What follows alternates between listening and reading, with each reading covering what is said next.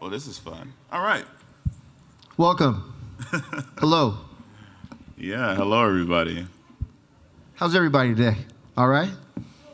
All right, good. So then let's do it differently. I think what makes sense, our panel, of course, is talking about how you engage with artists, right? How do you give an artist the opportunity to come into a space they have no idea about?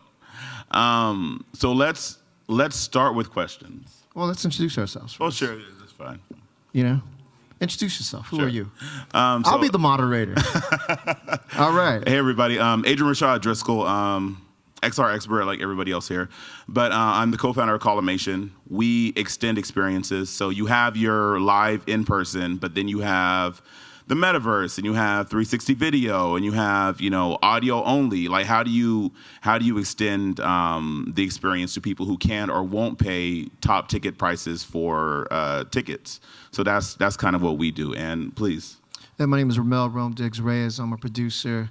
I come from the live streaming space and live events. I've been producing major events the last 2 decades, as well as television. And new to the VR, AR space, and partnered with Collimation to actually see if we could combine the two worlds.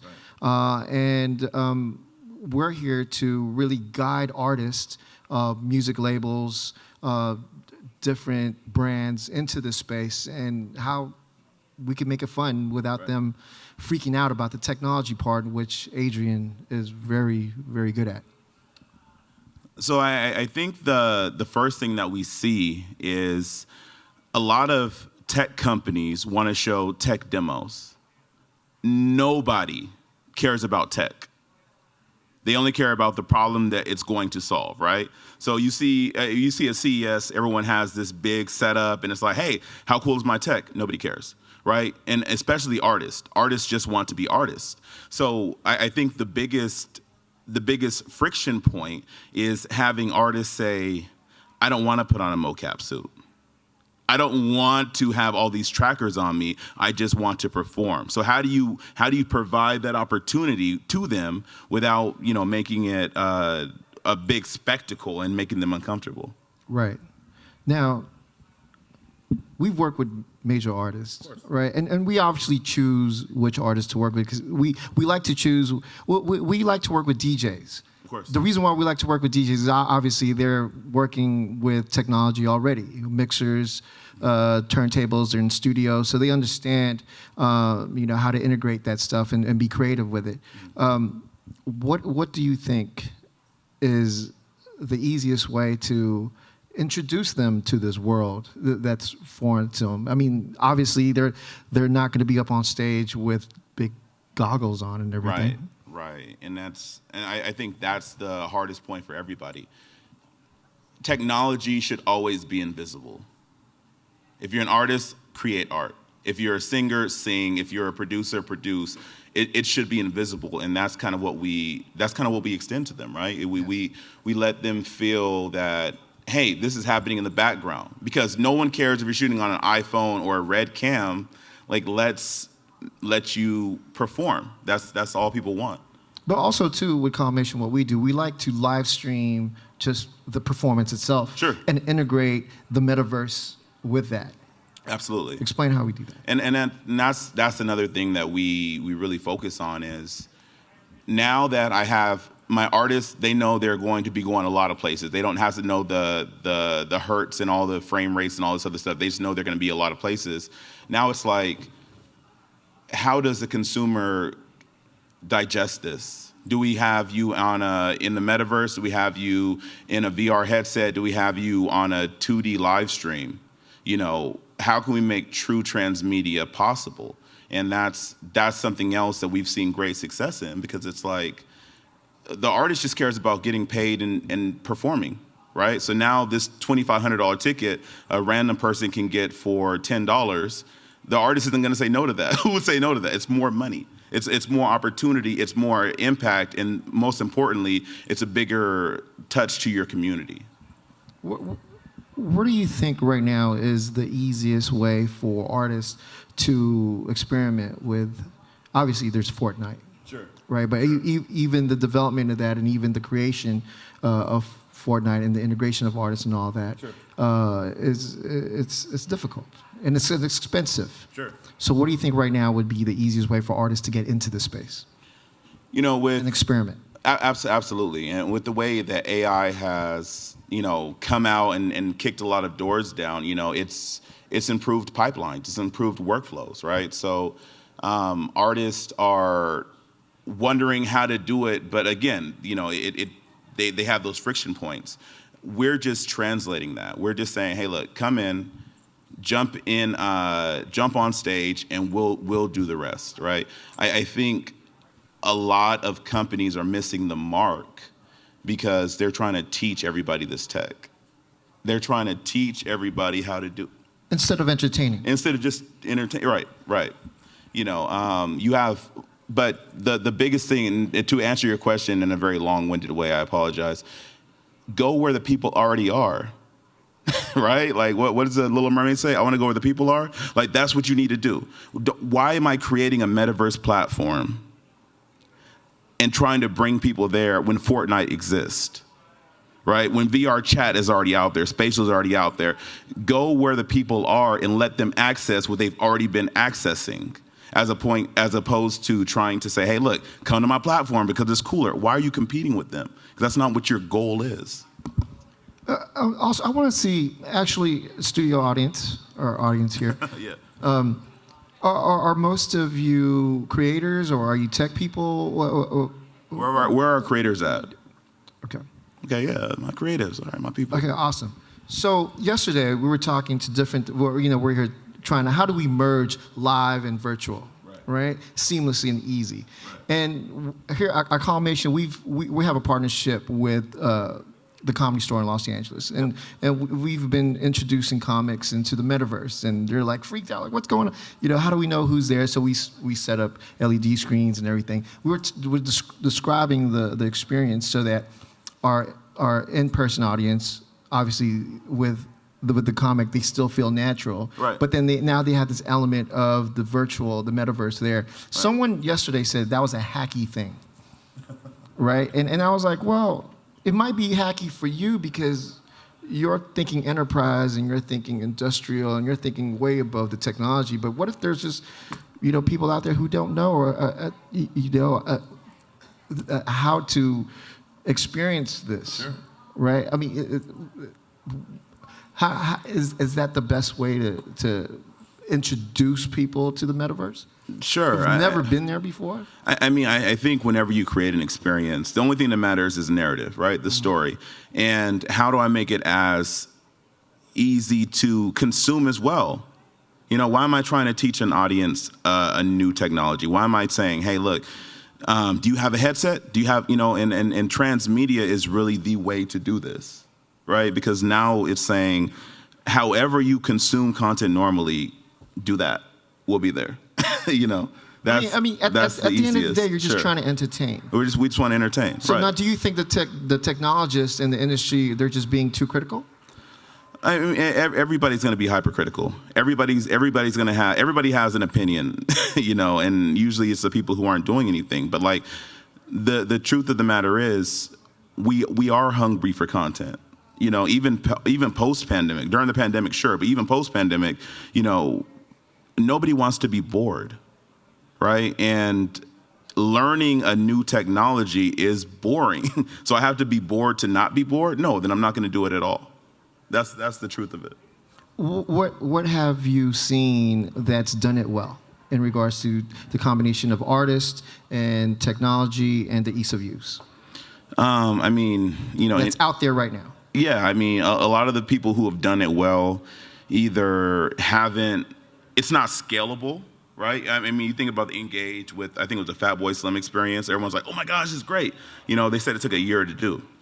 I can't have you take a year for my song. It's either not scalable or it's not immersive or it shouldn't be done. So I think everyone's trying to figure out what could be done. There's plenty of people who've done it well, but to continue to do it well, I really haven't seen anyway, even us, we're trying to figure out how to do it well every week. We do a concert every so often. So like that's the pain point. That's the true magic to say, how do we do this well every week and give you an opportunity to perform for your audience all the time. So Calmation is known to bring the metaverse to the inner city. Sure. If you don't know, there's a PBS special out there, Sure. hip hop in the metaverse. Calmation was featured. Why do you think that's very important for the inner city to be immersed or be exposed to the metaverse? Because you have to have inclusivity. You have to include people, and that's the whole goal of transmedia, right? How do you have someone who doesn't have $100, who doesn't have $20, How do you give them access to see something cool? You have YouTube, right? And it's all sponsored by ads, and they make money off of it, and that's great. How do you give other people the opportunity, but still look at the pain points? I say, hey, look, I can give everybody a VR headset. Not everybody has internet. It means nothing, Look at the genesis of the pain point and then expand off of that instead of trying to go backwards. Actually, why don't you talk about what you've done, what Calmation has done in the inner city, and exposing young artists, young creatives to technology, and and what was the most, and actually describe what was the difficult part of explaining everything to them. Sure. I mean, right now, there's very few BIPOC creators out there. Very few. Most of them don't look like, I'm a unicorn here. You look around, most people don't look like us, right?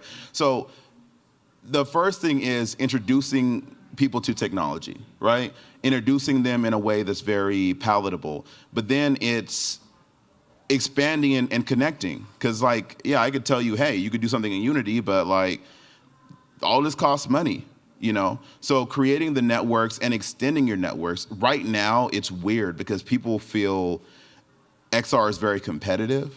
You have everyone going against each other, and it's like, why why are we competing right now when we could all get together? If I'm the creative and you're a dev and you're a designer and you do UX, let's all get together and make something insane that everybody wants. And then we can go be competitive after that, sure.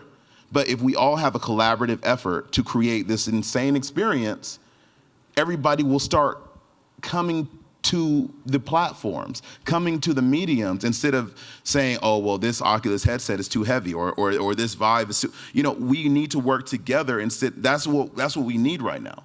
That's what we need to extend, because then, and only then, will we actually have adoption. And then it will become mainstream, and then it will become affordable enough for the kid in the inner city to go buy a headset. And these are the things that have to be addressed first before we ever talk about where we're at as a whole. Why are we competing? There's genuinely no reason. Do you think that the industry right now, or the general public, thinks that the industry is cool? Because for kids to really want to be, for artists and first artists, right, and then kids, right, to really want to be engaged with something, it has to have the cool factor. What's the cool factor about the metaverse? What's the cool factor about technology right now? There's none. This is the truth. There's no cool factor. A VR headset is not cool. An AR headset is not cool. If I put on a Google Glass or a HoloLens or an Oculus, whatever, you look like a nerd. This is the truth. Nobody wants to look like a nerd. Everybody wants to feel cool, to look cool, to be cool. To have that, we have to increase the demand. Once the demand increases, the technology increases. Once the technology evolves, then you're like, oh, wow. This is the size. Think about how the cell phone was a suitcase before, and now it fits in your pocket, and it's a supercomputer in essence, right? That's because of necessity. We can't create the necessity if we keep just doing tech demos, because no one cares about your tech demo. There's no creative behind it. So that's the cool factor. Right now, we're far from it. We're very far Even from though we work with Rock Nation. Yeah, And absolutely. even though we work with the best DJs and the best artists out there. Absolutely. That's beyond cool. No, it's because the people are cool, and that's the thing.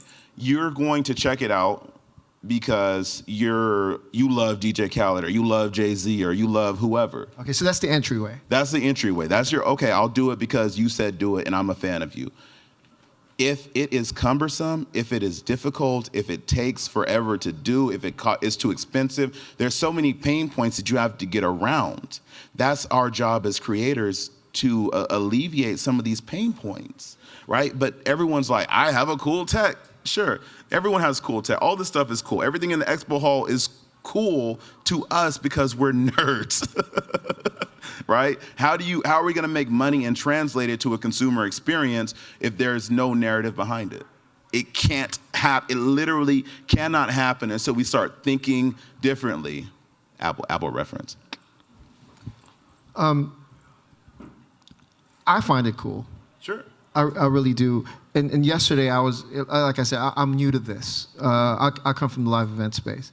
And I thought that it would be easy, well, I'm sorry, I didn't mean to be easy, but I didn't think that it would be that difficult technologically to be where we're at right now. I didn't know that it takes those many years to develop eyeglasses. Right, right. I mean, when did Google Glass come out? And then So long ago. Yeah, so long ago. For now that we can't easily give them out at concerts yet. And I mean, it's going to be a combination of price point. It's going to be a combination of the tech evolving. You know, what was an iPhone 3 compared to an iPhone 14? You know, these are all factors. But again, it starts with the people, with the community, with it's not. Tech demos kill products. These tech demos, they're not thinking, they're saying, hey, this is cool. Again, nobody cares. It's gonna be another, 5, 6, 7 years before this is normal technology. But with Apple coming out on Monday, supposedly, hopefully, fingers crossed, you know, with the Quest 3 coming out, with like Ant Reality we just saw was phenomenal. You know, like these technologies are pushing it forward. But we as creators have to develop the content. These tech companies are spending all this money on marketing and say, hey, look at my glasses dance, and you know, nobody cares. Spend that money on creating a dope experience, right, with a dope artist, right? And then people will be like, oh wow, that was crazy. How do I get more of that? And they start, you know, and then things will naturally progress. So do you think that, oh, please.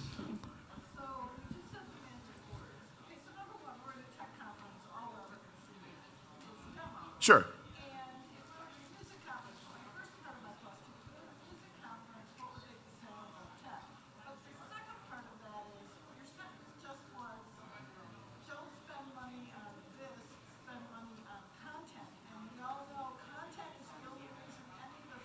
Absolutely. But when you say they, how can we get brands or enterprises or entertainers or who is the they that is going to create this content? Right. How are they going to turn that they, turn that into revenue streams to lift all of these platforms? Right. And it's a great question. That's a great question. It's a great question. I mean, you look at the money Meta's throwing at projects. They're spending $10 billion a year to create projects. I think the biggest thing is, I know Meta. How many other people know Meta? You know, having the accessibility, right? Having the outreach is a huge part of it. You know, saying, look, give me content creators. Give me people who are already doing this and understand, and let's have the conversation. Everybody has done a poor job of that as far as the tech companies. They have the money, but I don't care about another iPod commercial because, you know, we've seen this, right? Yes. Do you think that companies should be funding content creators and universities? Absolutely. Yes. Absolutely. Yes. So there's a channel, they create a channel, they create an app on their screen. Yes. Amazon, Facebook, They have unlimited money. I know I spend unlimited money with them, and I can't afford. I do Prime every month, right? Everybody does. Amazon has a ton of money. Facebook has a ton of money. Apple has a ton of money. These are trillion-dollar companies. Spend money on the content so the tech can evolve. So if I were, not to hijack, but if I were those companies, I just said that's not my business model. My business model is to make this platform so that all different creators can then express themselves. Sure. Yes. So what you're talking about has to be like a grant program or something. There has to be, okay? There's no such thing as a product. These companies believe there's a no, nobody. There's no product without content. Absolutely. Content is king. Content runs everything. So these companies need to make a very conscious effort to expand their libraries. And that's going to cost money because the creatives, we're not going to spend $1 million to help boost your product. That's not my job. Your job is to sell a product, then you put the money out.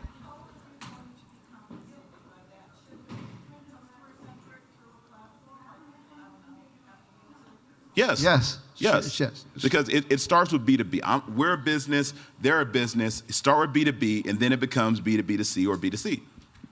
Absolutely. We'll have a chat. Any other questions? We want to bring some people. My man with he put the phone up. I like it. Adrian, great to see you again. My brother. So I love this conversation about content because part of the thing is it is a very complicated process. Sure. Get Meta to fund like a musician, get virtual concert, lots. And that pipeline is what is complicated. So it's like the creators, Meta roadblocks or not. And I just wonder what that process is like because part of the thing is we're creating products. Maybe like you're working with a musician, maybe that's artist may have style. Maybe style is a lot of artists. I'm just curious to know what that process is. Absolutely. So right now, I think the biggest issue with the process is, as a creator, you just want to create, right? You're not thinking from a business standpoint, right? And even the big companies aren't thinking from a business standpoint, as crazy as it sounds. I know that Meta has a need to sell headsets, right? So when I approach them with a proposal, hey, I have this dope artist, Rome's gonna be doing this and this and this will sell more headsets, right? This is the ultimate goal. They don't care about the content either. They wanna make money. How am I gonna make you more money? Here, look, I go to artists, hey, look, this, you can get $1 per click, for the next 5 years, perform once. Makes sense.